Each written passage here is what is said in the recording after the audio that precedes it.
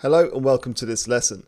In this lesson, we're going to actually create an EC2 auto scaling group. Now, this is for the application load balancer and network load balancer labs that we're going to be doing in the next two hands-on lessons. Now, EC2 auto scaling is just going to make our lives a bit easier. Now, I haven't covered it before, and it's not a core topic for a networking course, but it is really useful if you're going to be using elastic load balancers. So I'll show you what it is in a diagram before we set some stuff up. So let's say we have a couple of availability zones and subnets.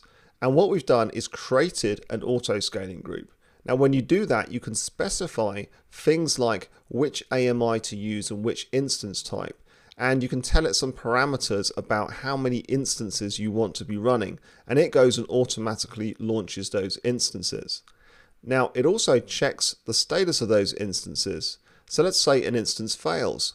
What it does is it will automatically launch a new instance and replace that instance. Another thing it can do is send metrics to Amazon CloudWatch, the performance monitoring service. So it might report things like the CPU utilization. And when it reaches a certain threshold, it notifies auto scaling, and auto scaling will automatically launch a new instance. So it's really great. And when we use it with a network load balancer or an application load balancer, it means that it can ensure that we have the right amount of EC2 instances to service our application load. It can make sure that from a high availability perspective, it will launch replacement instances if an instance fails, and it can ensure that if your application suddenly comes under heavy load, that more instances are launched to service that demand. So let's go over to the console, and what we're going to do is set up an auto scaling group so we have some instances ready for directing the traffic from our application load balancer and network load balancers too. So I'm in the console. Now, you'll notice that I'm in EC2 and North Virginia. I suggest you also use North Virginia. And before I create my auto scaling group, I'm going to create something called a launch template. And this is going to define some parameters for the instance that we launch. So I create launch template. I'm just going to call this my template. You can give it a version if you like. I'm going to scroll down for AMI. I'm going to use the T2 micro. Make sure you choose the x86 option. Then for instance type, I'm going to type T2, and we've got T2 micro here, free tier eligible. For key pair, I'm going to specify the key pair that I have in this region. For virtual private cloud, we're going to select a security group. Now, I'm using a specific account. I'm using a different account to the one we set up for this course. And the reason is, as with the Route 53 lab, I'm going to use Route 53, and I have a hosted zone for dctlabs.com in this account. So you'll notice that there's a few other security groups in here, and that's why. So I'm going to choose the web access security group. Now, when you do this in your VPC, I would select the default VPC. So create a security group in your default VPC, or make sure that you've got at least 4 subnets created in different availability zones for the custom VPC that we created. If you do have at least 4 subnets in your custom VPC, then feel free to use that one.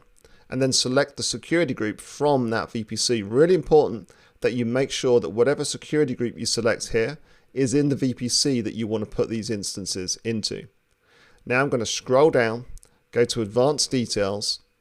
For IAM Instance Profile, I'm going to select my S3 read-only role. So you should have an S3 read-only role. We used that again earlier in the course. And then right at the bottom here, I'm going to put in some user data. Now, I'm using the same user data that we used in the Route 53 section. So if you go to Code, Route 53, and find this file, user data route53.sh. Copy all of that code, and let's come back and paste that in. And let's just create that launch template. Now we come back up to EC2, scroll to the very bottom, and you'll see auto scaling groups. Let's choose create auto scaling group. I'm just going to call this ASG1. Select my launch template.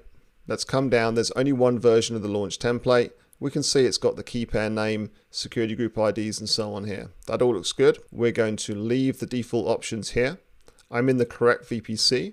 For subnets, I want to select a subnet from each of 4 availability zones. So I'm going to do 1A, 1B, 1C, and then 1D, and click on Next.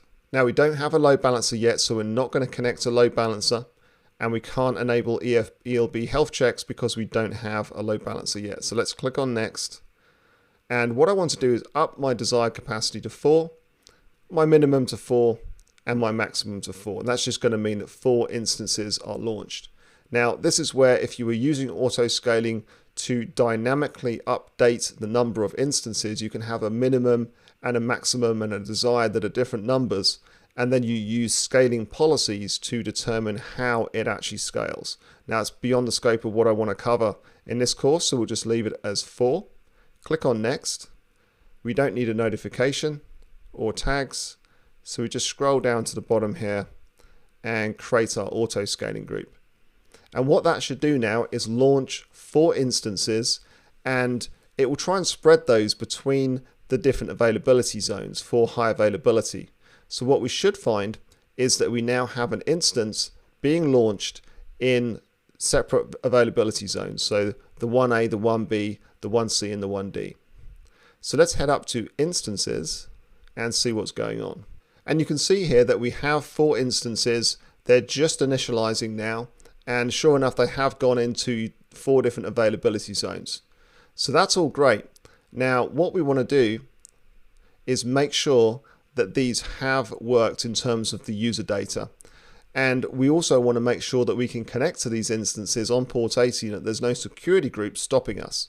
So if we just connect to the public IP v4 address, we should see a web page telling us which availability zone this instance is in, just like we saw in the Route 53 lab. But you might need to give it a minute to make sure that it has come up and processed that data. So I've just put mine in, and sure enough, this instance, it says it's located in US East 1A. So we know that that's working, and it should become a healthy target when we create our target groups. So that's it for this lesson. Leave all this running, and we're going to be using it in the next 2 hands-on labs.